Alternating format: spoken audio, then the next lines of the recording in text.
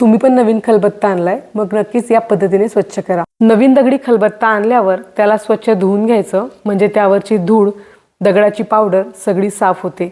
अशा पद्धतीने धुतल्यावर त्याला लगेच वापरायला घ्यायचं नाही। त्यानंतर दुसरी स्टेप करायची आहे, म्हणजेच की इथे आपण भिजवलेले तांदूळ खलबत्त्यामध्ये वाटून घ्यायचे आहेत। असे केल्यामुळे बरेचसे दगडाचे कण हे तांदळाला लागून बाहेर येतात। तांदूळ वाटल्यावर पूर्ण हे दगडाला तांदूळ चांगले घासून घ्यावे, अशा प्रकारे रगडून घ्यावे।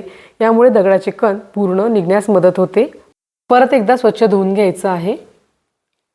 आता कढीपत्ता, लसूण घेऊन आपल्याला अशा पद्धतीने कुटून घ्यायचं आहे।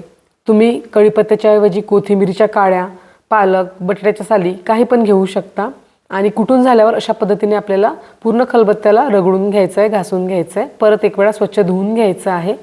आता लास्टमध्ये हळद आणि तेल खलबत्त्याला लावून घ्यायचं आणि 1 दिवसाकरता आपल्याला खलबत्ता असाच हा ठेवून द्यायचा आहे। यामुळे हळद आणि तेल हे खलबत्त्यामध्ये छान मुरतं आणि दुसऱ्या दिवशी आपल्याला खलबत्ता धुवून घ्यायचा आहे। आता आपला खलबत्ता वापरण्यास तयार आहे। जराशी कस तुम्हाला यामध्ये सापडणार नाही।